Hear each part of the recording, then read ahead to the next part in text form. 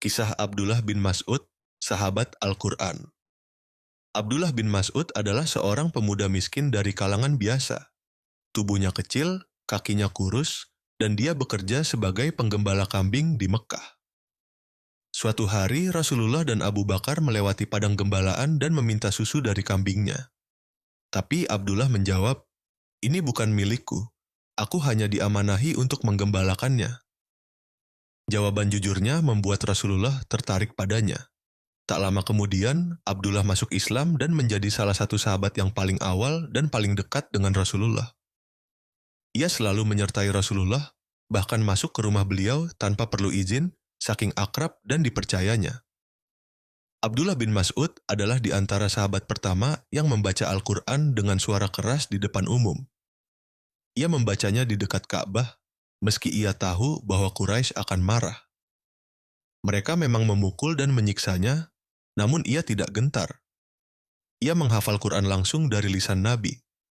Bahkan Rasulullah bersabda, "Barang siapa ingin mendengar Al-Quran sebagaimana diturunkan, maka dengarkanlah dari Ibnu Mas'ud." Karena tubuhnya kecil dan kakinya kurus, pernah suatu ketika para sahabat tertawa ketika melihat betis Abdullah bin Mas'ud yang tertiup angin saat ia sedang memanjat pohon. Rasulullah pun bersabda, "Apakah kalian tertawa karena betisnya yang kurus? Demi Allah, kedua betis Ibnu Mas'ud di sisi Allah lebih berat dari gunung Uhud."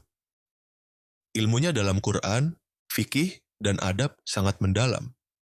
Ia menjadi rujukan dalam tafsir, dan di masa Khalifah Umar, ia diutus ke Kufah sebagai guru besar dan penasihat umat.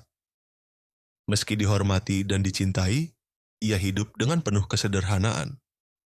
Menjelang wafatnya, seorang sahabat menawarkan uang dari Baitul Mal untuknya.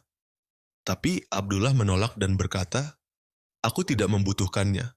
Aku khawatir aku menerima dunia, padahal aku hendak meninggalkan dunia menuju akhirat." Ia wafat dalam keadaan miskin secara harta, tapi sangat mulia di sisi Allah sebagai ahli Quran, sahabat terpercaya Nabi, dan pewaris ilmu.